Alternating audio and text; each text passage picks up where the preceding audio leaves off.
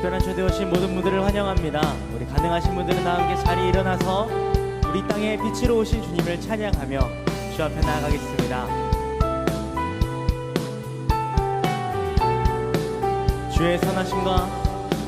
주의 선하심과 진실함을 담기 원해. 그의 빛으로 나갈 때 그 성품 닮아가네. 빛을 닮아갈 때 주가 주신 자유함으로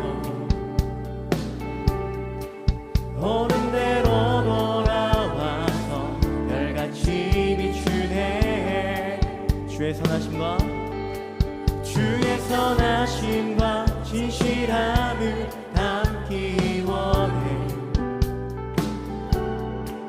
그의 빛으로 나갈 때 그 성품 닮아가네. 빛을 닮아갈 때 주가 주신 자유함으로 옳은 대로 돌아와서 별같이 비추네. 빛으로 비추시네. 어둠이 드러나고 나를 숨은 어둠에서 벗어나게 하시네. 빛으로 일어서네. 어둠이 밝혀지고 빛 대신 우리 주와 그 생명길 가네.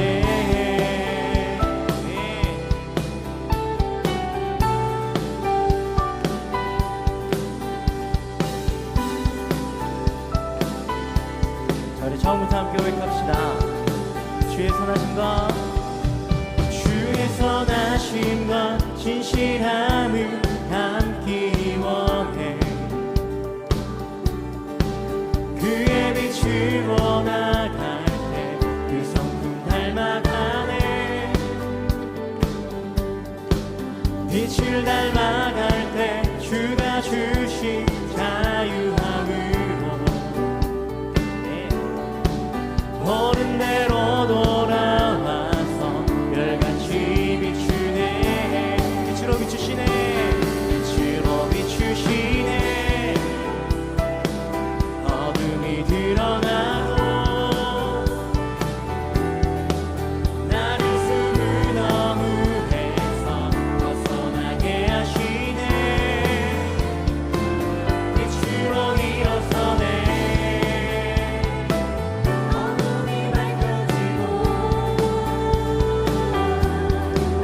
빛 대신 우리 주가 그 생명길 가네. 빛으로 비추시네.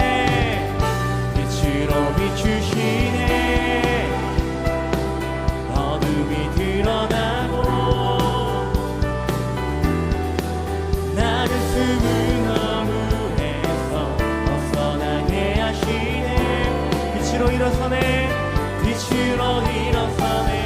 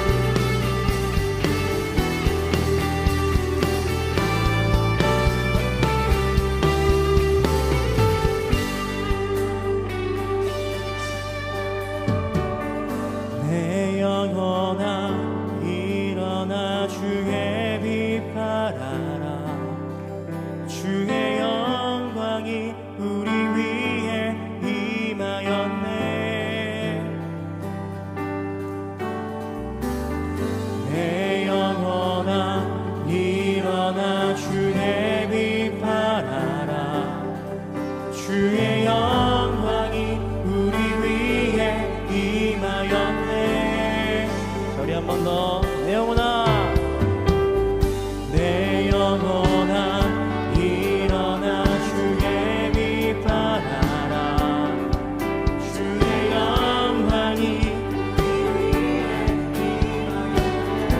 우리 마지막으로 내 영혼아 내 영혼아 일어나 주의 빛 발하라 주의 영광이 우리 위에 임하였네 빛으로 비추시네 어둠이 드러나고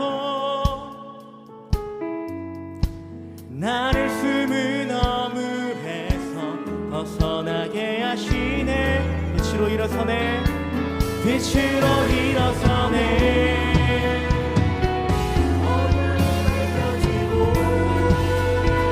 빛 대신 우리 주와 빛 대신 우리 주와 그 생명길 가네 빛으로 비추시네 빛으로 비추시네 어둠이 드러나고 나를 숨은 어무에서 빛으로 일어서네 빛으로 일어서네 어둠이 밝혀지고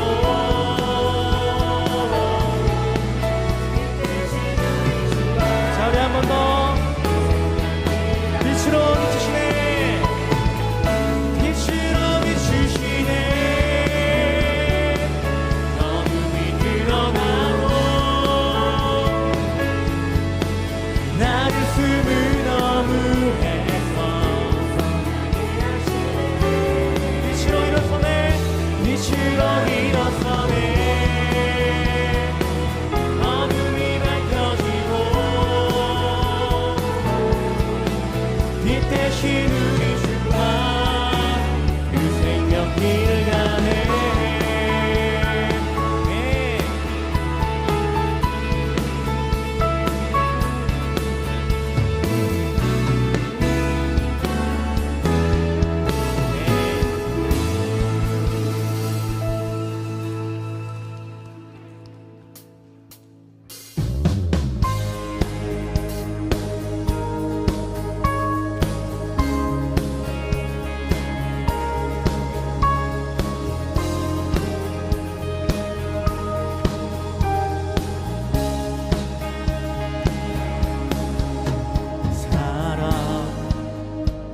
넘치게 해주시는 사랑 날 자녀 삼아 주신 그 사랑 귀하다 하셨네 그 사랑 세상이 본 적 없네 주가 우리 죄 위하여 십자가 달리사 죽기까지 사랑하셨네 주님 그 사랑 감사해 날 위해 십자가 달리신 주의 그 사랑 감사해 나 찬양 드리네 주님 택하심 감사해 날 자녀 삼으신 주님 오 예수님 찬양하리 영원토록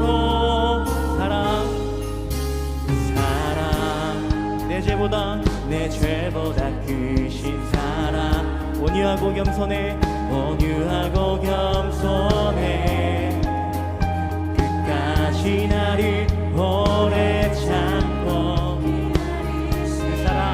그 사랑 수렁에서 건지시고 반석 위에 세우시며 늘 함께 하시니 주님 그 사랑 항상 남 있네 주님 그 사랑 감사해 날 위해 십자가 달리신 주의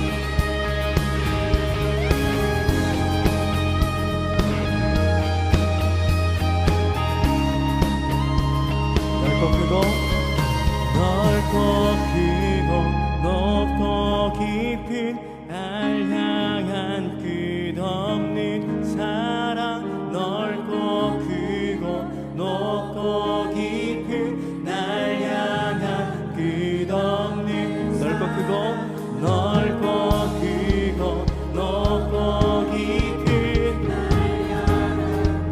넓고 크고 넓고 자 우리 한 번 더 고백합시다. 넓고 크고 넓고 크고 높고 깊은 날 향한 넓고 크고 넓고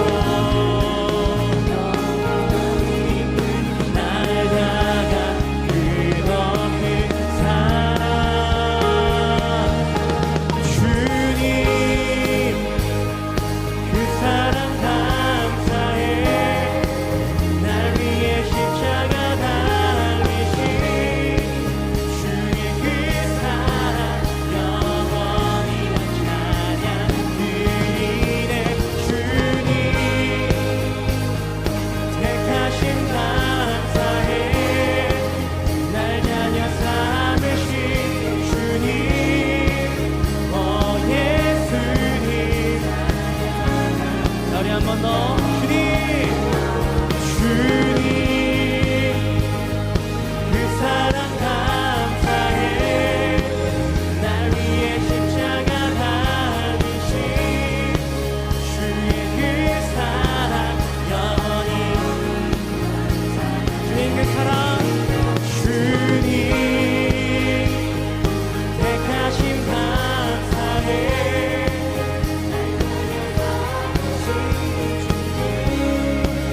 오 예수님 찬양하니 영원토록 그 사랑 감사해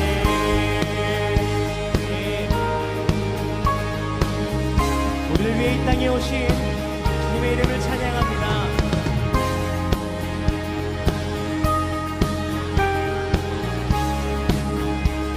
할렐루야 우리 주님께 감사와 영광의 박수 올려드리겠습니다.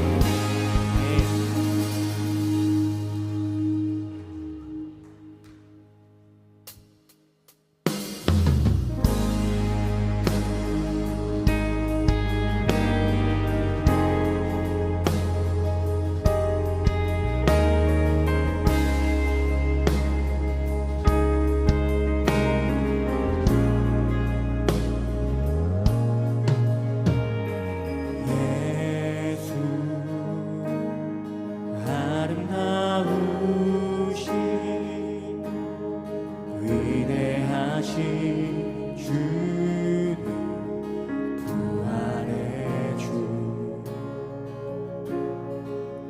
어린 양 거룩하고 공의 새벽별 같은 나의 구주 모든 하늘 찬양해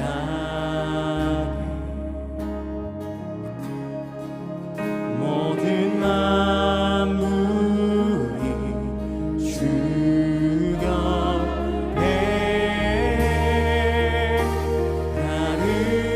아름답고 놀라우신 모든 이름 모든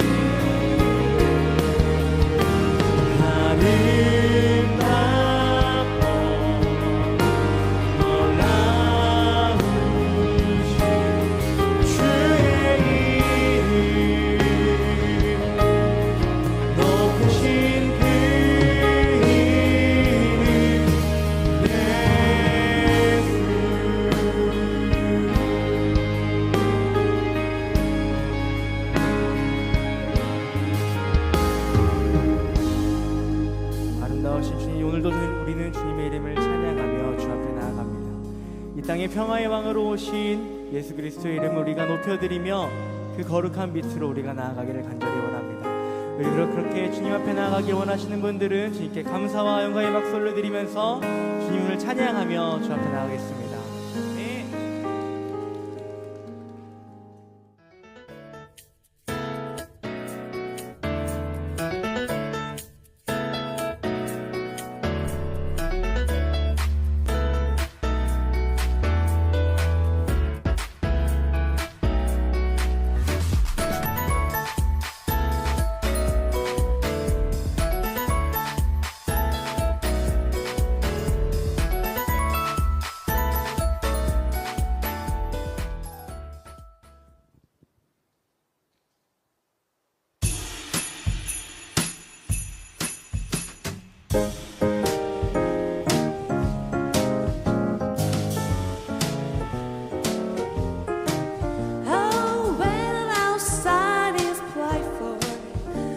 The fire is so delightful, and since we've no place we go, let us know, let us know, let us know.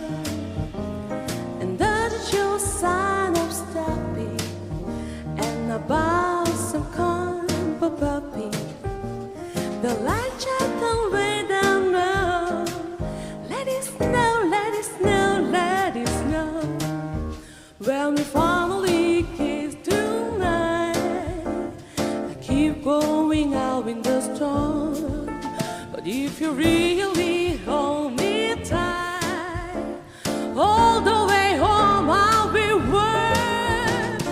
The show's slowing down, and my dear, we still goodbye. But as long as you love me so, let us know. Let us know, let us know, let us know, let us know.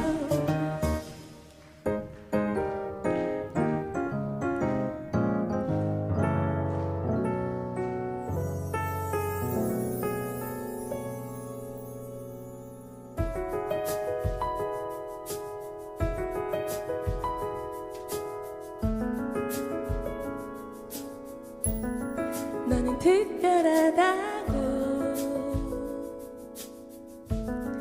하늘에서 예쁜 편지가 내린다.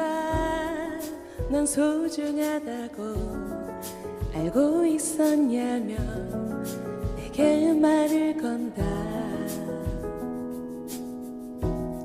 달라야 할 이유도 눈여겨볼 이유도 없는 눈이지만 역시 창조주께 대충 지음받은 것은 없다. 잠깐 우면 사라지는 눈송이들도 하나하나 이렇게 세심하게 그분의 관심을 받았다. 너는 얼마나 더 특별하겠니? 한번 생각해봐. 너의 모든 존재가 너를 향한 계획이 정교하다. 너는 너는 완전해. 한마디 전해주기 위해 내려온 한 송이 편지가 내 어깨 위에서 웃고 있다. 너는 얼마나 더 특별하겠니? 한번 생각해봐. 너의 모든 존재가 너를 향한 계획이 정교하다. 너는 특별해. 너는 완전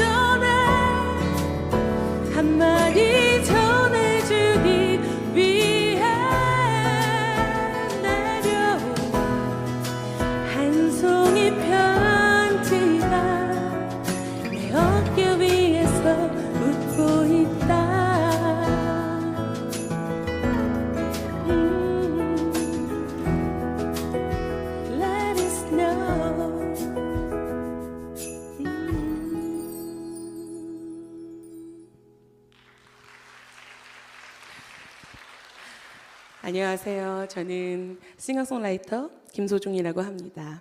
반갑습니다. 네, 얼마 전에 눈이 참 많이 왔잖아요.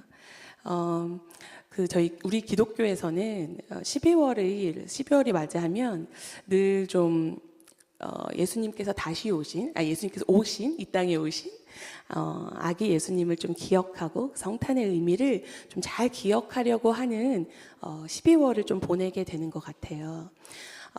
저는 우리 예수님께서 그 사람의 몸을 입고 오셔서 우리의 죄 때문에 죽으시고 다시 부활하시고 그래서 지금 저희와 함께 계시고 그리고 또한 성경에는 뭐라고 나와 있냐면요.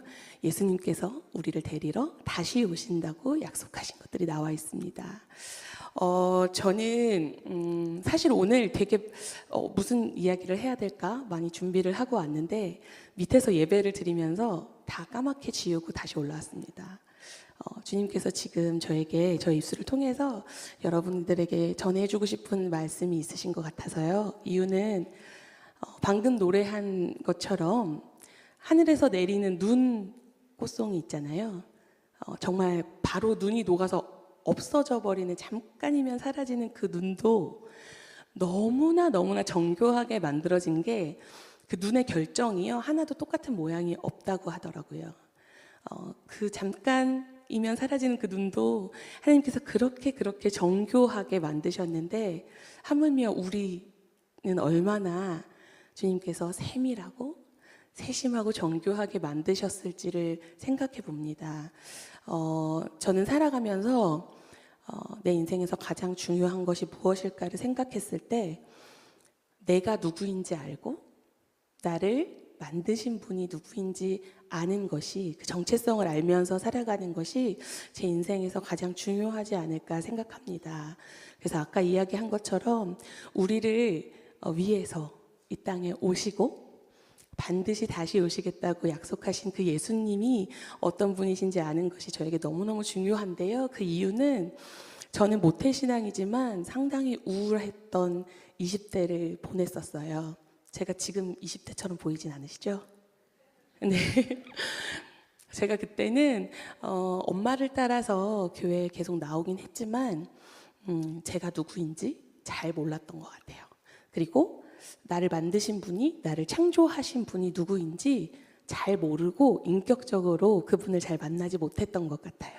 그래서 무언가 이 땅에서 살아가면서 세상에 있는 사람들이 똑같이 말하고 이루어야 되고 무언가 꽉 움켜쥐어야 하고 남들보다 잘해야 되고 뭔가 멋진 곳에 가서 SNS에 짜자잔 올려야 하는 그런 것들을 만족하면서 살아가는 이 땅의 시스템대로 살아오다가 굉장히 우울하고 내가 무언가가 되어야 되는데 아무리 열심히 해도 왜 잘 되지 않지?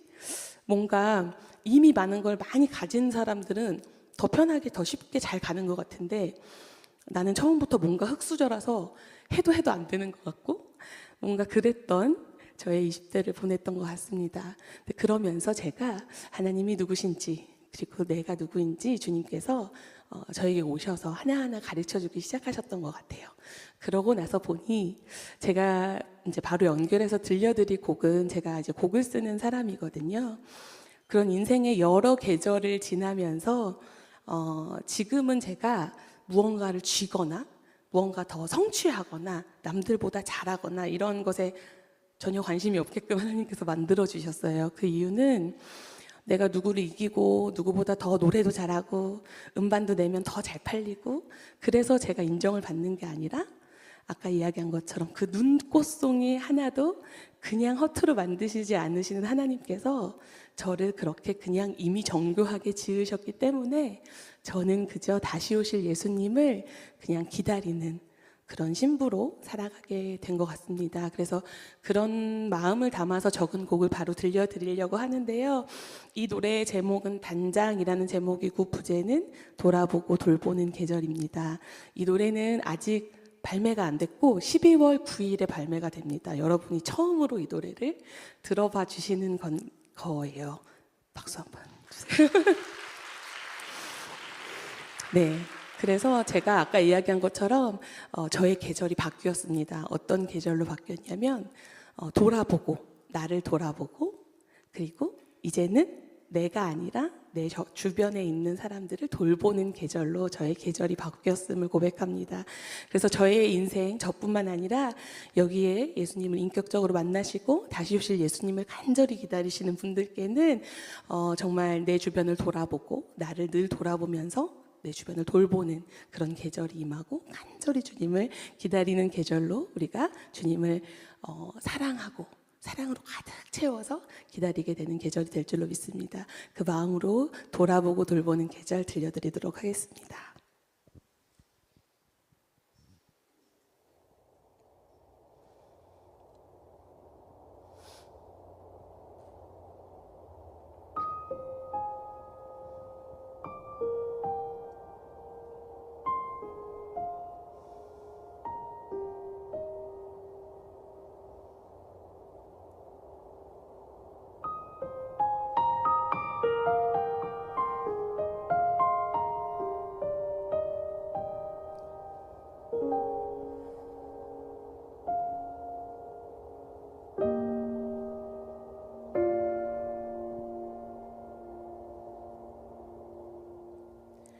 겨울을 기다리는 마음 한 구석 언제나 봄이 깃들어 있듯 밤을 지나는 마음 한켠에 언제나 아침이 깃들어 있고 돌아보고 돌보는 계절 내가 당신을 기다리는 모든 순간 나는 서툴지만 당신을 생각합니다. 이 땅에서의 모든 순간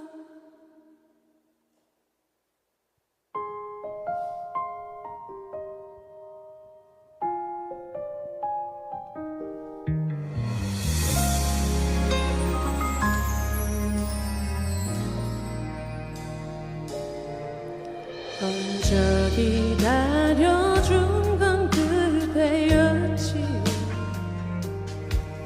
나도 그대를 기다림으로 표현하고 싶어요. 어떤 유혹이 내 맘 돌리려 한데도 당신은 내 전부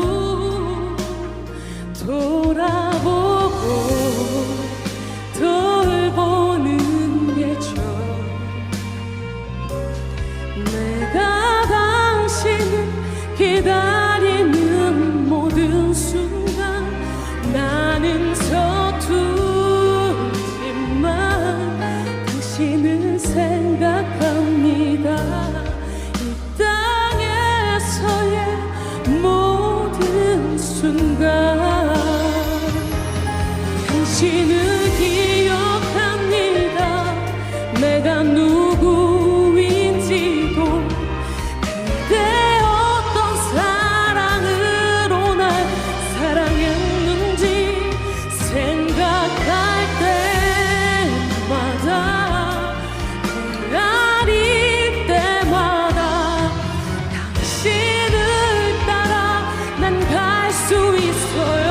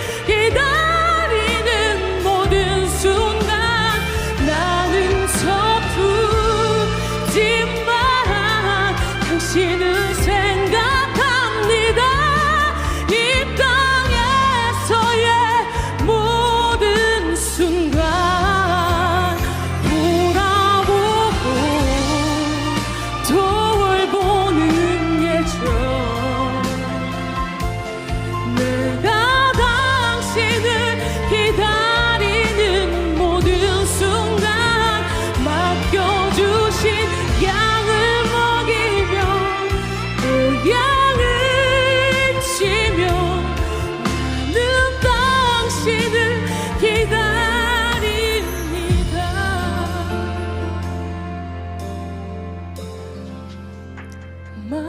맡겨주신 양을 먹이며 또 양을 치며 나는 당신을 기다립니다.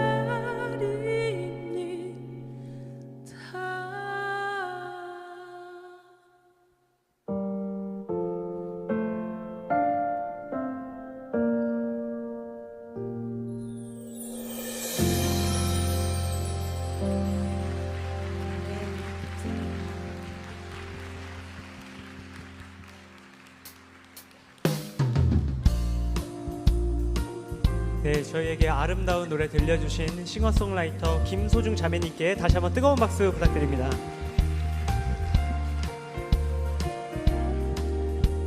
네, 여러분 반갑습니다. 환영합니다. 오늘 정말 잘 오셨습니다. 우리 이 시간에는 오늘 이 예배 처음 오신 분들 저희 축복하고 선물 전달하고 싶습니다. 오늘 이 예배 처음 오신 분 계시면 우리 용기를 내서 손 한 번만 들어주시면 좋겠습니다. 오늘 처음 오신 분 어디 계실까요? 네, 저쪽에 계십니다. 우리 1층 중앙에 계신 분들 박수로 한번 환영하겠습니다. 잘 오셨습니다. 축복합니다. 네. 또 오늘 처음 오신 분 어디 계실까요? 네, 1층 중앙 뒤쪽에도 계십니다. 우리 박수로 환영하겠습니다. 네, 우리 저쪽에도 계신다고 하시네요. 우리 박수로 환영하겠습니다. 네, 축복합니다. 또 처음 오신 분 어디 계실까요? 네, 우리 모시고 오신 분이 들어주셔도 되겠습니다. 네, 2층에도 1층 저 뒤쪽에 계십니다. 우리 박수로 우리 축복하겠습니다. 네, 잘 오셨습니다. 네, 2층에도 처음 오신 분 1층 중앙에 또 계시네요. 우리 박수하겠습니다. 네, 축복합니다. 네, 오늘 많이 오셨네요. 2층에도 혹시 계실까요? 네, 손 한번 들어주시면 좋겠습니다. 네, 오늘 처음 오신 분들 우리 함께 오신 분 계시면 같이 자리에서 일어나 주시면 저희가 축복 찬양하고 선물 전달하겠습니다. 우리 뜨거운 박수 할 때 한번 일어나 주시면 좋겠습니다. 우리 마음을 다해서 함께 축복하겠습니다. 너는 하나님의 사랑, 아름다운 하나님의 사랑. 나는 널 네, 손 들어주시면 저희가 선물 전달해 드릴게요. 내 길을 축복할 거야. 너는 하나님의 선물, 사랑스러운 하나님의 열매, 주의 품에 꽃 피운 나무가 되어줘. 네, 우리 처음 오신 분들 자리에 앉으실 때 다시 한번 뜨거운 박수로 한번 환영하겠습니다. 네, 잘 오셨습니다. 네, 저희 한 번 더 축복하고 찬양할 때는 우리 서로를 함께 축복하겠습니다. 이곳에 오신 서로를 우리 바라보며 축복하겠습니다. 우리 마음 모아 찬양하겠습니다. 너는 하나님의 사랑, 아름다운 하나님의 사랑. 나는 널 위해 기도하며 내 길을 축복할 거야. 너는 하나님의 선물, 사랑스러운 하나님의 열매, 주의 품에 꽃 피운 나무가 되어줘. 나무가 되어줘. 나무가 되어줘. 나무가 되어줘. 우리 이곳에 초대하신 우리 하나님께 우리 박수로 영광 올리겠습니다. 네, 오늘 처음 오신 분들께서는 예배 후에 시간이 괜찮으시면 잠시 그 자리에 남아주시길 부탁드립니다. 저희 스태프들과 인사 나누고 돌아가시면 좋겠습니다. 네, 그리고 저희 예배 드리신 후에 예배에 관련돼서 혹시 교회 등록에 관련해서 궁금하신 것들이 있으시면 나가시는 길에 앞에 준비되어 있는 데스크에서 저희 스태프들을 찾아주시면 좋겠습니다. 저희 스태프분들께서 교회 등록 과정 및 다양한 여러분들이 가지고 계신 궁금증을 해결해 드리도록 하겠습니다. 네, 꼭 기억하시고 우리 찾아주시면 좋겠습니다.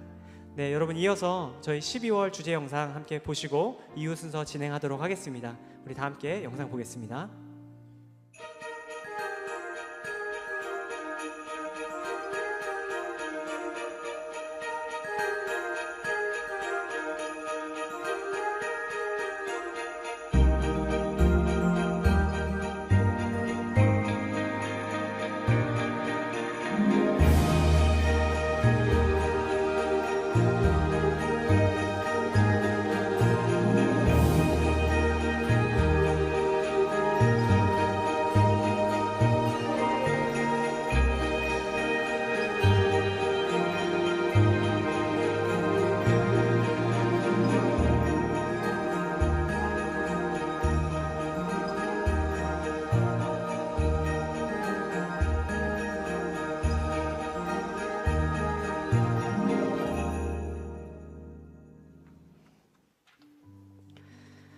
네, 오늘 또 예배 자리에 오신 모든 분들을 축복하고 환영합니다. 우리 박수로 서로를 격려하고 또 축복하고 환영하겠습니다. 잘 오셨습니다.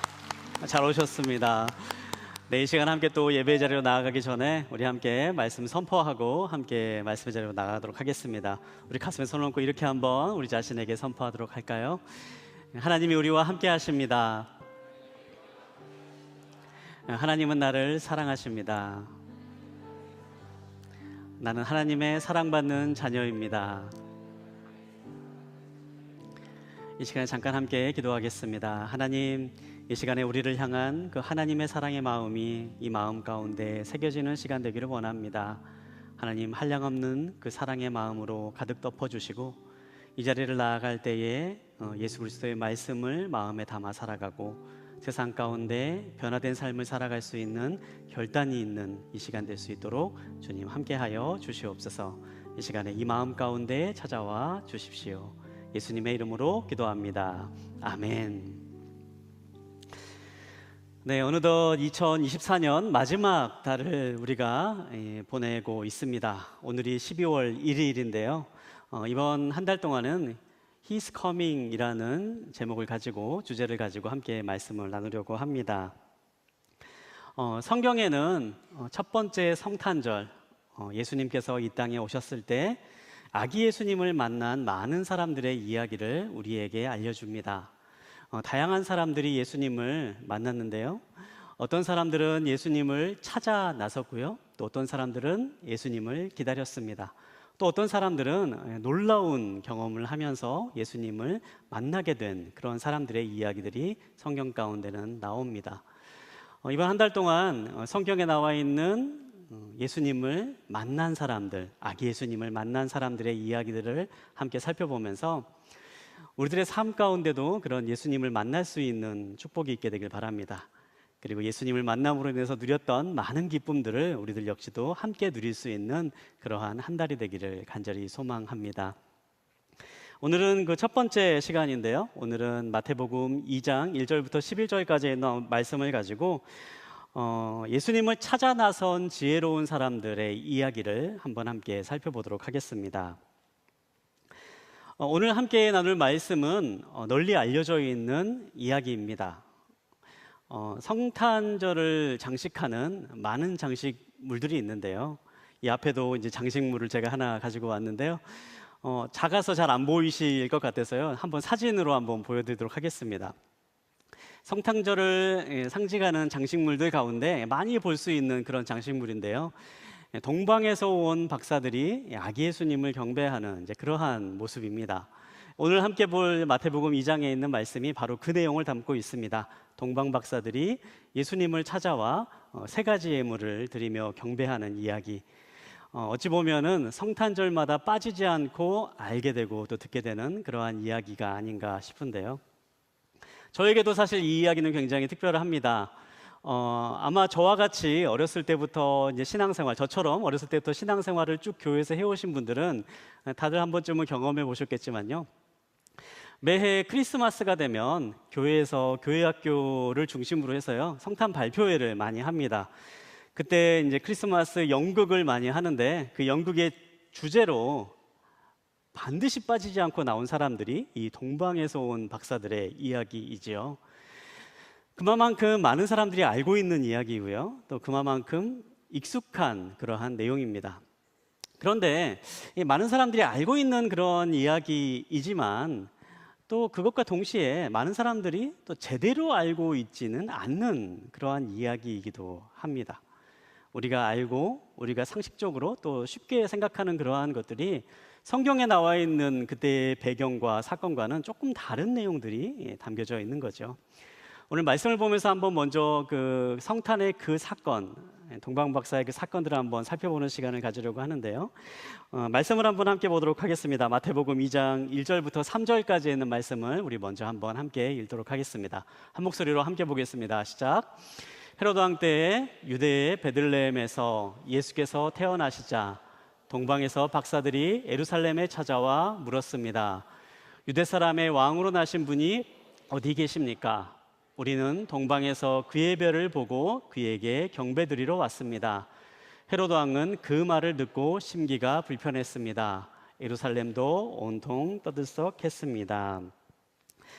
동방에서 온 박사의 이야기가 시작되는 그러한 내용인데요.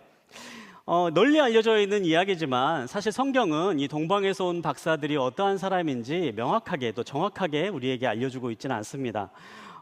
이 사람들이 어디에서 온 사람들인지 또 무슨 일을 했던 사람들인지 성경은 정확하게 기록하지 않는 거죠.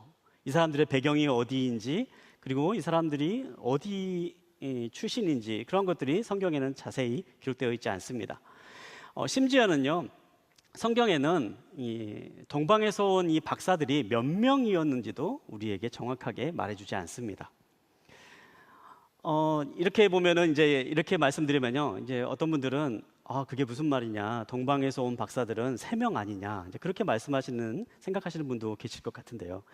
여기에 보면은 3명이잖아요. 이렇게 3명이 이렇게 예수님께 예물을 드리러 온 그러한 모습이 이렇게 나와 있는데요. 우리가 흔히 동방 박사가 3명이 왔다 그렇게 생각을 하곤 하는데 사실 성경 어디에도요 3명이라고 기록되는 본문은 없습니다. 단지 그들이 예물을 3가지를 드렸다라고 하는 기록이 있기 때문에 3명일 것이다, 이제 사람들이 그렇게 이제 상상하고 이렇게 생각을 하지만요, 동방 박사는 3명이라는 기록이 어디에도 나와 있지가 않죠. 그때 당시의 시대 상황을 한번 생각을 해보면 오히려 더 많은 사람들이 함께 움직였을 것이다 라고 그렇게 추측할 수 있습니다. 이렇게 먼 나라를 이동해야 되는 그러한 길이기 때문에요, 최소한 12명 이상 아니면은 하인들과 다른 길잡이들까지 함께 이 무리에 했다면요, 적어도 한 50명이 넘는 사람들이 함께 무리지어서 이렇게 예루살렘으로 찾아왔을 것입니다. 그렇기 때문에 3절에 있는 말씀을 보면 이렇게 많은 50명이 넘는 수십 명의 사람들이 한꺼번에 예루살렘으로 찾아와가지고 유대인의 왕으로 태어났다라는 소식을 전했기 때문에 예루살렘이 온통 소란스러웠다라고 그렇게 기록되어 있는 거죠. 아마 이 성경에 나와 있는 표현대로 이 성탄의 장식물을 표현한다면요, 여기에는 이 3명의 사람들이 아니고요, 적어도 3명의 사람들이 있다고 할지라도 적어도 이렇게 뒤에는 한 50명이 이렇게 무리로 이렇게 있어야지만이 성경적인, 조금 수십 명의 사람들이 함께 있어야지만이 조금 더 성경에 그때 당시의 상황과는 좀 맞는 성탄 장식이 될 겁니다. 물론 그렇게 된다면 가격도 비싸질 겁니다. 하지만 3명인 게 얼마나 감사한지요. 또 한 가지 이 성탄 장식물, 우리가 흔히 보는 이 성탄의 상징들 가운데 이 동방박사의 장면을 표현할 때 또 다른 것이 하나가 있습니다. 바로 이 아기 예수님에 대한 이제 그러한 표현인데요. 우리 주제 영상에도 그렇게 나왔습니다만 동방 박사들이 예수님을 만나 찾아간 바로 그곳에서 예수님의 모습을 표현할 때 흔히 말구유에 누워 있는 예수님을 그렇게 표현합니다. 그리고 여기에서 이제 말구유에 누워 있는 예수님이 그대로 표현되어 있죠. 그런데 사실상 이 동방 박사가 예수님을 찾아갔을 때는요, 예수님이 말구유에 누워 있을 때가 아닙니다. 이 동방 박사가 오늘 1절에 있는 말씀을 보면 예수님이 탄생하실 때 떠오른 별을 보고 길을 나서기 시작을 해서요, 오랜 시간을 거쳐서 예루살렘까지 도착을 하고요, 예루살렘에서부터 다시 또 베들레헴까지 먼 길을 찾아가게 됩니다. 적어도 이제 수개월이 지난 이후에 예수님을 만나게 되는 거죠. 그렇기 때문에 이제 11절에 있는 말씀을 보면 동방 박사가 예수님을 만난 그 장소가 집에서 만났다라고 그렇게 기록되어 있습니다. 11절에 있는 말씀을 여러분의 주복 가운데서 찾아볼 수도 있는데요, 동방 박사가 만난 곳은 집이었습니다. 마구간이 아니었던 거죠. 만약에 이 동방 박사가 예수님이 태어난 지 수개월이 지난 이후에 예수님을 만난 장소가 여전히 마구간이었고요, 그때도 예수님이 말구유에 계속 누워 있었다면 그건 예수님의 가정에 뭔가 심각한 문제가 있었기 때문일 겁니다. 집에서 만나는 게 자연스러운 그림인 거죠. 우리들이 좀 이렇게 이 동방 박사의 이야기를 생각할 때 좀 가지고 있는 그런 이미지, 좀 성경과는 또 그때 당시의 배경과는 조금 다른 이미지들을 함께 잠깐 말씀을 드렸는데요. 어떠십니까? 여러분들이 알고 있는, 여러분들이 생각하고 있는 이 동방 박사의 그 장면과 같으십니까? 아니면 좀 다르십니까? 다른 분들도 많이 다르다라고 느낀 분들도 많이 계실 건데요. 우리가 생각하고 있는 그 이미지와는 다르게 동방 박사가 실제로 방문했다 할지라도요, 성경은 분명한 사실 하나를 우리에게 전해줍니다. 그것은 예수님께서 분명히 이 세상에 태어나셨고, 바로 그 자리에 동방에서 온 박사들이 와서 예수님을 만났고 그들에게 경배했고 예배했다라는 사실이지요. 먼 길에서부터 길을 나서 예수님을 찾아온 사람들이 결국에는 예수님을 만나게 되었습니다. 사랑하는 여러분, 이 자리에 계신 모든 분들이 이런 동방 박사와 똑같은 경험을 하실 수 있게 되길 바랍니다. 예수님을 찾아서 길을 나서는 분들, 예수님을 만나기를 원하는 분들, 그러한 분들, 이 자리에 그 마음 가운데 예수님을 찾는 분들 모두가 다 이 동방 박사와 같이 예수님을 만나고 또한 예수님을 경배할 수 있고, 성경에 나와 있는 예수님과의 만남으로부터 얻은 그 기쁨을 누리고 경험할 수 있는 그러한 축복이 함께하기를 간절히 소망합니다. 그렇다면 예수님을 찾고 만나기 위해서 오늘 우리가 이 성경에 나와 있는 동방 박사의 이야기를 통해서 기억해야 될 것들은 어떠한 것이 있을까요? 그렇게 두 가지 사실을 함께 이 시간에 살펴보기를 원하는데요. 첫 번째로 기억하기 원하는 부분은요, 하나님은 우리의 삶의 모든 것을 통해서 우리를 예수님께로 인도하신다라는 점입니다. 제가 좀 이렇게 나이가 들어서 이 성경 말씀을 공부하고 성경을 좀 깊이 있게 바라보면서요, 이 마태복음 2장에 있는 이 말씀을 보면서 제 마음 가운데 들었던 한 가지 의문이 하나가 있었습니다. 왜 하나님께서는 이 동방에 있는 사람들을 별을 통해서 예수님이 태어난 것을 알게 하시고 그들이 예수님을 만나게 하셨을까? 사실 이게 저한테는 좀 의문이었습니다. 제가 앞서서 이 동방 박사가 어떠한 배경으로 이렇게 온 사람들인지 성경은 명확하게 알려주지 않고 있다라고 이렇게 말씀을 드렸는데요. 그러다 보니까 이 동방 박사의 정체에 대해서 추측하는 많은 사람들의 이야기들이 있습니다. 근데 그 가운데 굉장히 황당한 그런 얘기들도 있는데요. 제가 들었던 가장 대표적인 황당한 이야기가 이 동방에서 온 박사, 여기서 나온 동방이 동쪽 끝에 있는 한반도를 기록하는 것이다. 그래서 우리가 살고 있는 한반도로부터 먼 길을 와가지고 동방예의지국답게 예수님을 만나서 이렇게 정성껏 예배를 드린 것이다, 막 그렇게 말하는 주장을 제가 들은 적이 있습니다. 근데 사실 그거는 사실과 전혀 상관이 없는, 아무 근거가 없는 이야기입니다. 상상해 보십시오. 생각해 보십시오. 만약에 동방에서 온 사람들이 예루살렘에 왔다면 말이 통했겠습니까? 말이 기본적으로 안 통하는 거죠. 있을 수 없는 일인 겁니다. 그런데도 이렇게 성경에 나와 있지 않기 때문에 그렇게 좀 억측하고 그러한 사람들도 분명히 있습니다만, 대부분의 학자들은요, 이 동방에서 온 사람들은 이 페르시아로부터 온 사람들이었을 것이다, 그렇게 이야기를 합니다. 이 페르시아가 그 당시에 별을 보고 왕의 운명이나 사람의 운명을 이렇게 점치는 점성술이 굉장히 발달했던 그러한 나라이거든요. 그래서 이제 페르시아에서 이렇게 별을 보고 연구했던 학자들이 별을 보고 난 다음에 이렇게 오게 될 것이다, 된 것이다, 그렇게 얘기하는 것이 모든 대부분의 학자들이 하는 이야기입니다. 그렇다면 또 한 가지 의문이 드는 거죠. 이 사람들의 정체가 이 점성술을 하는 사람들이었다라면 하나님은 왜 이런 사람들을 굳이 예수님의 탄생의 자리에 오게 하셨을까? 그런 생각이 제 마음 가운데 드는 겁니다. 그러면서 제가 이제 이 말씀을 곰곰이 묵상을 하는데요. 그러면서 한 가지 좀 이렇게 예전과는 다른 깨달음이 생겨나기 시작을 했어요. 조금 이제 긴 이야기인데요. 이 사람들이 왔다고 하는 이 페르시아라고 하는 지역은요, 과거 500년 전에 이스라엘 사람들이 유대 왕국이 멸망한 이후에 포로로 잡혀갔던 바벨론이라는 왕국의 그 다음에 세워진 제국이었습니다. 성경을 잘 아시는 분들은 아시겠지만요, 이 바벨론이라고 하는 왕국은요, 이스라엘 유대 왕국을 멸망시킨 이후에 그 나라에 있는 많은 사람들을 포로로 잡아갔는데요, 그 중에서 특별히 지혜롭고 총명한 젊은 사람들을 뽑아서 왕의 특별한 학교에 입학시켜서 교육을 시키기 시작을 합니다. 그게 이제 성경에 보면 다니엘서에 나와 있는 내용인데요. 그 교육을 받았던 사람으로 다니엘과 세 친구가 있었지요. 그곳에서 이제 바벨론이 특별한 이제 교육을 시키면서 바벨론식 이름을 지어주고요, 바벨론의 문화에 익숙해지도록 교육을 시킵니다. 이 다니엘과 세 친구도요, 이 바벨론의 교육을 받으면서 성장해 나갑니다. 그러면서 바벨론은 이제 유대의 모든 것들을 버리고 바벨론화된 사람을 원했대요.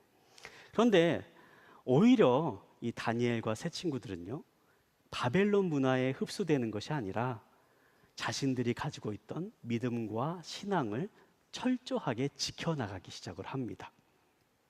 하나님의 율법을 지키고 하나님의 언약을 기억하면서 순수한 신앙인으로서의 삶을 살아가기 시작을 하는 거죠.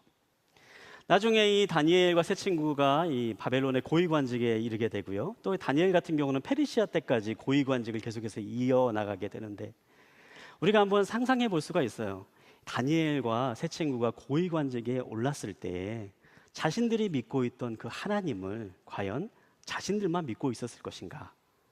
분명히 다른 사람들에게도 하나님의 약속과 언약과 율법들을 널리 알려주는 일들을 했었겠지요. 다니엘이 그렇게 하나님에 대해서 많이 알려줬을 것입니다. 특별히 그 가운데에 페르시아와 이 바벨론 왕국이 굉장히 흥미를 가졌을 사건이 하나가 있습니다. 내용이 하나가 있습니다. 그것은 바로 메시아에 대한 예언입니다. 이 땅을 다스릴 특별한 왕이 태어날 것이다. 온 세상을 다스릴 왕이 태어날 것이다 라고 하는 구약 성경에 있는 예언은 페르시아와 바벨론 모두가 다 굉장히 흥미롭게 생각했을 그러한 주제였던 거죠.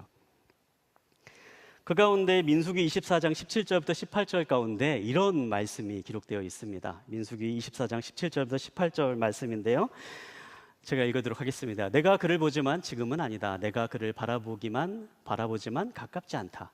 한 별이 야곱에게서 나오며 한 규가 이스라엘에게서 일어날 것이다. 그가 모압의 이마를 깨뜨리며 셋의 모든 아들들의 해골을 깨뜨릴 것이다. 에돔이 정복당하고 원수 세일이 정복당하겠지만 이스라엘은 힘을 떨칠 것이다. 메시아에 대한 예언입니다. 이 메시아에 대한 예언을 이 사람들이 알았던 겁니다. 물론 성경의 진짜 의미는 좀 다르지만요, 여기에 나와 있는 이 말, 한 별이 야곱에서 나와서 한 규가 이스라엘에서 일어날 것이다 라고 하는 이 말을 문자 그대로 해석을 할 수 있는 거죠. 별에서부터 나온 위대한 사람이 한 명이 나타나서 이스라엘의 특별한 왕으로 세워질 것이다. 그 왕은 위대한 능력을 가지고 있으며 주변에 있는 모든 나라를 정복하고 다스리게 될 것이다. 물론 성경에서 전하고 싶어하는 그 메시지와는 다른 말이지만요, 이 메시지가 페르시아 땅에 그대로 전해져 오고 있었던 거죠. 왜곡된 성경 지식이었습니다. 그리고 빈약한 성경 지식이었습니다. 하지만 온전하지 않고 완벽하지 않은 그러한 지식이지만요, 하나님은 그 지식을 사용하셔서 하나님의 뜻에 사용하시기 시작했습니다. 종종 우리는 하나님의 역사를 생각을 할 때 하나님은 완벽한 일들만 행하시고 완벽하게 선한 것들만 사용하셔서 하나님의 역사를 이루실 것이다, 우리가 그렇게 생각을 하곤 합니다. 그러나 하나님께서 역사하시는 방법들을 보면요, 우리가 상상하지 못했던 일들, 또 우리가 정말 깨닫지 못했던 일들, 우리가 기대하지 않았던 그러한 순간들까지도 사용하셔서 우리의 삶 가운데 하나님의 뜻을 드러내시고 또한 우리를 인도하시고 예수님께로 우리를 나아가게 하시는 그러한 역사가 성경 가운데 일어나고 있는 것이죠. 여러분, 저는 이 자리에 오신 여러분들 가운데도 동일한 역사로 함께 오신 분이 계실 거라고 믿습니다. 뜻하지 않은 일을 당해서, 계획하지 않은 일을 당해서, 때로는 원하지 않은 일을 당해서 이 자리에 오신 분들도 계실 것입니다. 하지만 하나님은 여러분의 그러한 순간들을 통해서도 하나님의 뜻을 드러내시고, 하나님은 지금도 이 자리에 오기까지 여러분을 인도하시고 이끄셨다라는 사실을 여러분 기억하시기 바랍니다. 제가 이 말씀을 묵상하면서요, 제가 예전에 경험했던 한 사건이 생각이 났어요. 예전에 제가 처음으로 이제 전도사가 되고 교육자가 되고 아웃리치를 갔을 때에 있었던 일인데요. 저희 온누리 교회는 아닙니다. 제가 다른 교회에서 사역을 하다가 온누리 교회로 와서요. 다른 교회에서 이제 전도사를 할 때 그 교회에서 이제 아웃리치로 태국에 있는 산종 마을에 가서 이제 복음을 전하는 이제 그러한 일을 했었습니다. 청년부 지체들과 함께 이제 갔었는데 그때 이제 선교사님이 오래도록 기도했던 한 산종 마을이 있었어요. 그래서 그 산종 마을에서 복음을 전하기 위해서 오래도록 기도하시고 또 준비하셨던 그 마을이 있는데요. 그런데 그 산종 마을에 굉장히 중요한 특징이 하나가 있는데 그 마을은요, 촌장 한 명만 바뀌면 그 마을 전체가 다 바뀌는 그러한 마을이었어요. 그러니까 촌장이 그 마을의 모든 것을 결정하는 그러한 마을이었습니다. 그래서 이제 촌장이 바뀔 수 있도록 그렇게 기도하고 이제 그 마을을 갔었는데요. 그런데 이제 가서 보니까요, 그 촌장의 정체를 알게 됐는데요. 촌장이 주술사인 겁니다. 촌장이 이제 샤먼인 거예요. 이제 그 마을의 영적인 지도자이면서 그 마을의 촌장으로 이렇게 있는 사람이었던 거죠. 이제 그분을 위해서 이제 우리가 기도하면서 어떻게 하면 이분을 변화시킬 수 있을까? 이 마을을 하나님, 예수님을 믿게 해주십시오. 그렇게 하고 저희가 들어가서 이 촌장을 방문을 하고 촌장에게 이제 예수님에 대해서 막 설명을 한참을 했습니다. 그러면서 이제 예수님을 믿으시라고 이렇게 복음을 전했는데요. 근데 그 촌장이 했던 말이 굉장히 인상 깊게 남아 있습니다. 그 촌장이 예수님에 대해서 한참을 들으더니 그렇게 얘기를 하는 거예요. 나는 샤먼이고 나는 주술사이다 보니까 이게 신들을 많이 만나고 귀신들을 많이 이렇게 접하게 되는데, 내가 귀신들이 이야기하는 것을 듣고 귀신들을 많이 접하면서 이렇게 알게 된 사실이 하나가 있다. 분명히 내가 만나는 이 귀신들보다 뛰어난 절대적인 존재가 한 명 있다라는 것을 내가 알고 있다. 그렇게 얘기를 하는 거예요. 그러니까 이 말을 들으니까 어떻습니까? 굉장히 놀랍잖아요. 별로 안 놀라우신 것 같으세요. 제가 그 말을 듣고 맞다고, 그분이 바로 예수님이다. 그 신이 바로 예수다. 그러니까 예수를 믿어야 된다. 그렇게 이제 복음을 전한 거죠. 그런데 이제 이분이 계속 이제 그 확신을 갖지 못하는 거예요. 그러면서 이제 계속 이제 저희가 같이 옆에서 이제 같이 기도하고 예수님에 대해서 설명을 하니까 이분이 한참 동안 고민하더니 이제 그런 얘기를 하는 겁니다. 사실 너희들이 오기 전에 한바탕 귀신들이 난리가 났었다. 이 얘기를 하는 거예요. 귀신들이 굉장히 소란스러웠다. 그런데 신기하게 너희들이 우리의 마을에 딱 들어오는 순간 귀신이 잠잠해지는 것을 내가 느꼈다. 그런 얘기를 하는 겁니다.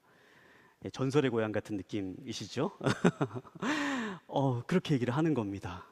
그래서 저희가 그것 보라고, 바로 그 당신이 느꼈던 그 귀신들이 얘기했던 진짜 신, 최고의 신이 바로 예수님이다. 그거 맞지 않냐? 그렇게 얘기를 하는데요. 이분이 그래도 이제 마음에 확답을 하지는 못하는 겁니다. 그래서 이제 그분을 위해서 이제 같이 기도하고 복음을 전하다가 이제 그분에게 영접 기도를 저희가 하고, 물론 이제 그분이 따라 하지는 않았습니다. 근데 이제 마음으로라도 따라하기를 원하고 따라해달라고 그렇게 하고 영접 기도를 하고 나왔던 그런 기억이 있습니다. 그 뒤로도 저희 이제 교회에서 갔던 지체들과 함께 그 마을을 위해서 함께 기도했었는데요. 제가 그때 그 사건을 경험하면서 느꼈던 것은요, 하나님의 역사는요 참 놀라운 방법으로 일어나는구나라는 것을 생각했습니다. 귀신들이 증거하는 예수 그리스도를 제가 그 순간에 봤던 거죠.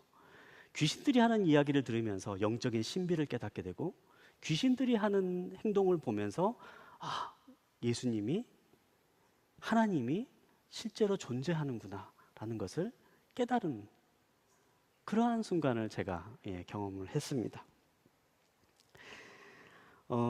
반지의 제왕을 쓴 J.R. 톨킨이 소설을 보면요, 반지의 제왕을 보면은요 참 독특한 부분이 하나가 있는데요. 그곳에는 사람이 아닌 수많은 등장인물들이 나옵니다. 자연에 있는 많은 물체들이, 그리고 나무나 돌이나 물과 같은 많은 것들이 마치 사람인 것처럼 움직이고 말합니다. 그러면서 주인공을 목적지까지 인도하는 것을 보게 됩니다. 독실한 기독교인이었던 J.R. 톨킨은 온 세상에 있는 모든 것이 하나님께서 원하시는 목적으로 움직이는 것을 그렇게 표현했다라고 이야기합니다. 사랑하는 여러분, 우리의 모든 삶의 순간을 통해서 하나님은 하나님의 뜻을 우리의 삶 가운데 드러내십니다. 그리고 지금 이 자리에 여러분이 앉아 있는 것도 하나님의 드러내시는 뜻 가운데 이 자리에 앉아 계심을 믿습니다. 여러분이 어떠한 삶의 순간으로 이 자리에 왔건, 원하는 삶의 모습으로 사랑하는 사람과 함께 기쁜 마음으로 이 자리에 앉아 있건, 아니면 뜻하지 않는 일이 일어나서 어려움을 겪어서 이 자리에 앉아 있건, 아니면 정말 원하지 않았지만 이 자리에 와 있건, 어떠한 순간이건 하나님은 그 모든 순간을 통해서 스스로의 뜻을 드러내시는 줄 믿습니다. 그리고 하나님은 지금 이 순간에도 우리를 예수님께로 인도하고 계십니다.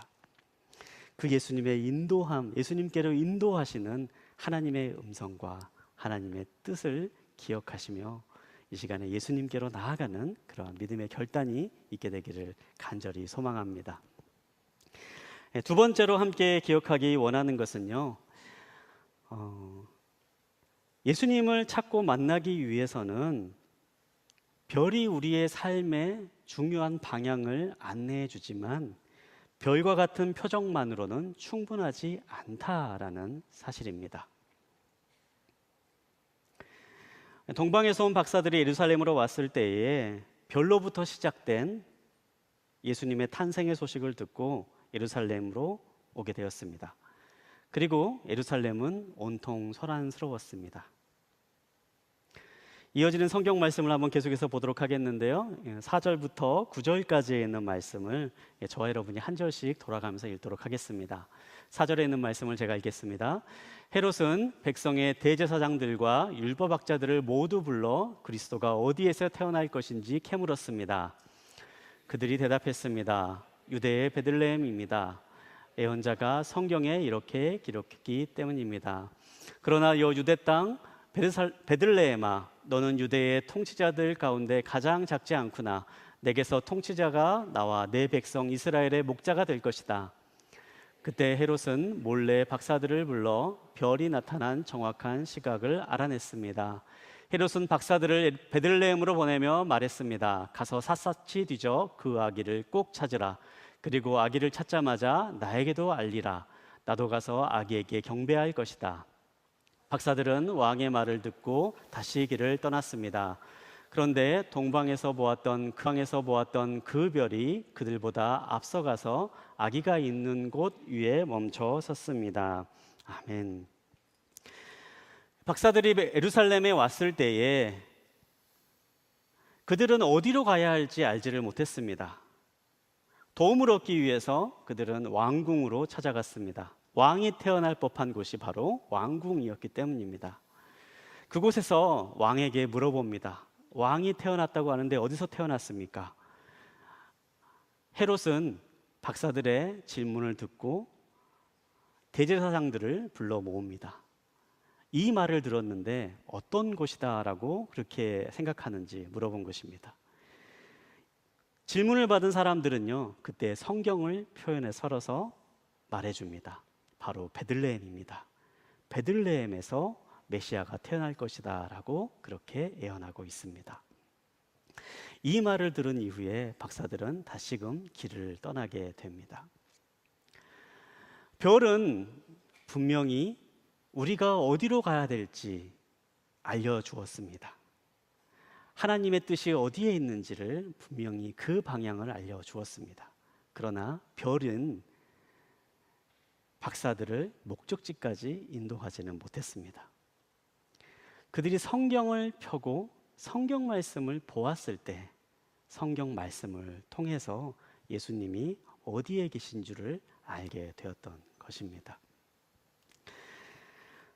우리의 삶에 있는 많은 순간들은요, 우리가 어디로 나아가야 될지를 알려주곤 합니다.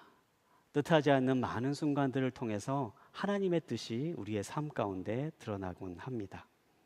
그러나 그렇다고 해서 그것들이 우리를 예수님께 인도하는 것은 아닙니다. 동방 박사가 그랬던 것처럼 우리가 성경 말씀을 열고 말씀을 묵상하고 성경 말씀으로 나아갈 때에 바로 우리는 그 자리에서 예수님을 만나게 되는 것입니다. 그렇게 예수님을 찾아 나아가서 만났던 동방 박사들에게 어떤 일이 일어났을까요? 우리 10절과 11절에 있는 말씀을 한 목소리로 함께 보도록 하겠습니다. 마태복음 2장 10절과 11절에 있는 말씀입니다. 함께 보겠습니다. 시작. 박사들은 별을 보고 뛸 듯이 기뻤습니다.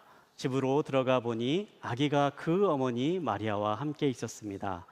그들은 엎드려 아기에게 경배하고 보물함을 열어 황금과 유향과 몰약을 예물로 드렸습니다. 박사들은 예수님을 보고 뛸 듯이 기뻤다라고 그렇게 기록되어 있습니다. 우리가 보는 성경에는 이 표현을 뛸 듯이 기뻤다라고 그렇게 기록하고 있는데요. 그런데 예수님을 만난 이 기쁨을 원어 성경에서 찾아보면요, 이 기쁨이라고 표현하는 그 단어가 4가지 단어로 사용해서 표현되고 있는 것을 볼 수가 있습니다. 직역해서 말씀드리면요, 그들은 기쁨으로 가득 차고 흘러넘쳐 엄청나게 대단한 기쁨을 느꼈다, 이렇게 표현되고 있습니다. 말 그대로 예수님이 탄생하신 그 곳에 도착하자 박사들은 정말로 놀라운 기쁨을 누리게 되었다라고 그렇게 표현하고 있는 거죠. 예수님이 그들에게 무엇을 해줬기 때문에 그들이 기쁨을 누렸습니까? 그렇지 않습니다. 예수님께서는 그들에게 어떠한 선물도 주지 않으셨습니다. 오히려 이 박사들이 예수님께 소중한 선물을 예물로 드렸지요. 예수님께서 박사들의 문제를 해결해 주신 것도 아니었습니다.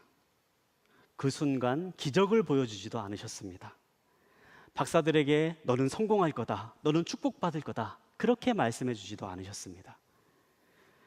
단지 예수 그리스도를 만나게 되었을 때 이 박사들의 삶 가운데 말할 수 없는 기쁨이 샘솟아 오른 것이었습니다. 사랑하는 여러분, 예수님과의 만남은 복음입니다. 복음은 무엇입니까? 복음은 바로 하나님이 우리를 창조하셨다라는 것입니다. 하나님이 우리를 세상에서 가장 존귀한 존재로 만드셨다는 사실입니다. 이 세상에 우리가 존재하는 것은 반복된 우연으로 만들어진 것이 아닙니다. 하나님은 우리 한 명 한 명을 가장 귀한 존재로 창조하셨고 사랑하는 존재로 만드셨고 하나님은 우리를 자녀로 창조하셨습니다. 비록 우리가 그러한 하나님의 뜻을 버리고 우리의 마음대로 살아가려고 하고 하나님의 곁을 떠나려고 하고 하나님이 아닌 다른 것으로 만족함을 얻으려고 해서 우리의 삶 가운데, 이 세상 가운데 죄가 들어오고 우리의 삶 가운데 고통과 고난이 닥치게 되지만 그럼에도 불구하고 복음은 하나님께서 그런 우리에게 다시금 회복의 길을 열어주셨다라고 말씀합니다. 바로 예수 그리스도를 이 땅에 보내심으로, 예수 그리스도를 만남으로, 예수 그리스도가 우리의 삶의 주인임을 고백함으로 우리가 그 축복된 사람으로 하나님의 자녀로서의 삶을 살아갈 수 있게 된다, 그렇게 말씀하시는 거죠. 예수 그리스도를 우리의 삶의 주인으로 모시는 삶의 모습은 어떻습니까? 성경은요, 나의 삶에 부족함이 없다라고 그렇게 이야기합니다. 예수 그리스도를 주인으로 모시는 삶을 살아가면 하나님이 우리의 삶의 선한 목자가 되시고 우리를 푸른 풀밭으로 쉴 만한 물가로 인도해 주신다라고 그렇게 약속하십니다. 우리의 영혼을 소생시키시고 우리를 통해서 하나님의 기쁨을 누리게 하시고 또한 때로는 우리가 어둡고 힘든 길을 걸어갈지라도 하나님께서 함께 하신 것을 느끼고 하나님의 보호와 인도함 가운데 평안을 줄 것이다, 그렇게 약속하십니다. 우리가 이 땅을 살아가는 평생의 삶 가운데에 예수 그리스도를 마음의 중심에 모시고 살아가는 삶은 하나님의 축복과 풍성한 은혜들을 누리며 살아가게 될 것이다, 하나님과 동행하는 삶을 살게 될 것이다, 그렇게 약속하시는 것입니다. 제가 이 말씀을 묵상하면서요, 며칠 전에 있었던 한 일이 생각이 났습니다. 며칠 전에 굉장히 눈이 많이 왔었죠. 이게 눈이 굉장히 밤에 이제 서울 지역에 폭설이 내렸을 때 다음 날 아침에 제가 이제 교회에서 어떤 약속이 있어가지고요, 아침 일찍 집을 나오게 되었어요. 아침 일찍에 이제 차를 타고 집에서 나오는데요.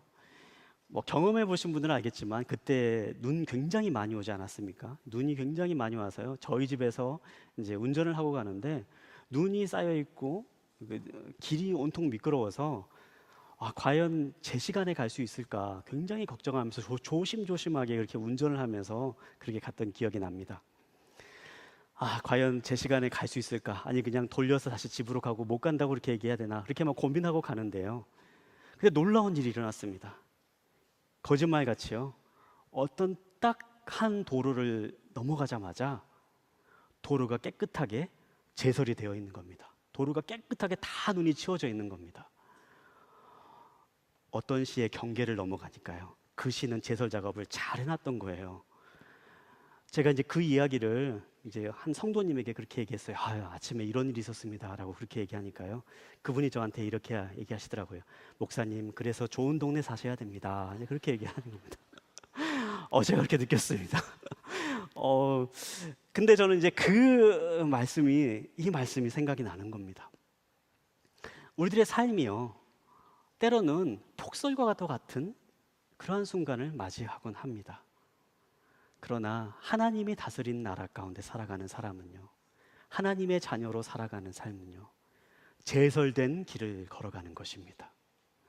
폭설은 누구에게나 내리지만요, 하나님의 나라를 살아가는 삶은 하나님의 지팡이와 막대기가 보호하시고 인도하시는 길을 걸어가기 때문에 안정과 평안을 누리면서 그 길을 걸어갈 수 있게 되는 거죠.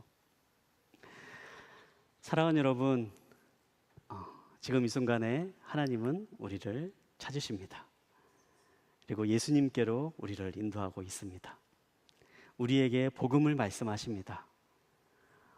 내가 창조받았던 그 아름다운 모습으로, 하나님께서 사랑하는 그 모습으로, 하나님의 자녀된 모습으로 회복된 길로 우리를 초대하고 계십니다. 예수님을 찾아 나서시기 바랍니다. 예수님을 만나시기 바랍니다. 주님이 약속하신 온전한 기쁨을, 동방박사들이 누렸던 바로 그 기쁨을 누리시며 살아가는 축복의 삶을 사시기를 주님의 이름으로 축원합니다. 시간 잠깐 함께 기도하겠습니다. 하나님, 오늘 말씀을 기억하며 우리가 누구인지를 잊지 않기를 소망합니다. 우리가 매 순간순간마다 예배가 시작할 때마다 고백했던 것처럼 하나님이 우리와 함께 하시고, 하나님이 나를 사랑하시고 나는 하나님의 자녀인 존재임을 우리가 기억하기를 원합니다. 우리가 죄 가운데 빠져 있을 때 하나님을 멀리하고 하나님을 떠나서 우리의 삶 가운데 죽음이 들어오고 죄악된 삶을 살아갔지만, 이제는 예수 그리스도가 우리의 삶 가운데 오시고 그분을 우리의 유일한 구원자로 받아들이는 자들에게 다시 회복의 길을 열어주셨사오니, 하나님, 그 음성과 그 초대의 음성을 듣고 결단하며 나아가는 한 분 한 분의 삶 가운데 찾아가 주시고, 그 삶을 하나님께서 약속하시는 복된 삶으로, 주님이 동행하시는 영원한 축복의 삶으로 나아가게 인도하여 주시옵소서. 이 시간에 특별히 여러분 가운데에 예수님을 마음에 모시기를 원하시는 분들이 있다면 가슴에 손을 얹고 함께 기도하시길 원합니다. 제가 하는 기도를 함께 따라해 주십시오.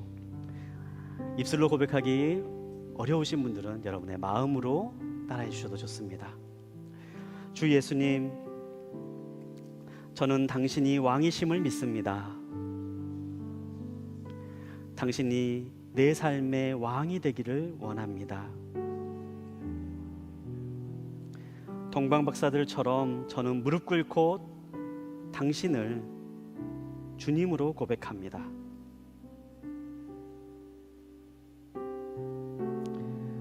예수님을 구세주로 영접합니다. 예수님께서 저를 위해 십자가에서 죽으셨음을 믿습니다. 그리고 부활하셨음을 믿습니다. 지금 제 삶에 들어오셔서 모든 것을 새롭게 하여 주십시오. 예수님의 이름으로 기도합니다. 아멘. 제가 축도함으로 예배를 마치겠습니다. 이젠 우리를 구원하신 예수 그리스도의 크신 은혜와 하나님 아버지의 끝없는 사랑과 성령님의 교통하심이 우리의 모든 것들을 통해 하나님의 뜻을 드러내시고 우리를 예수 그리스도로 인도하시는 그 하나님의 음성에 반응하며 예수님을 찾고 예수님을 만나고 예수님으로 인해 변화된 삶을 살기를 소망하며 다짐하는 이 자리에 모인 모든 믿음의 식구들 머리 위에와 그 가정과 일터와 자녀 위에 이제로부터 영원히 함께 하시기를 간절히 축원하옵나이다. 아멘.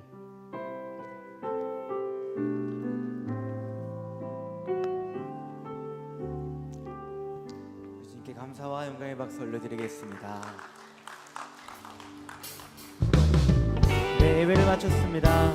평안히 돌아가시고 다음 주 시간에 다시 만나도록 하겠습니다.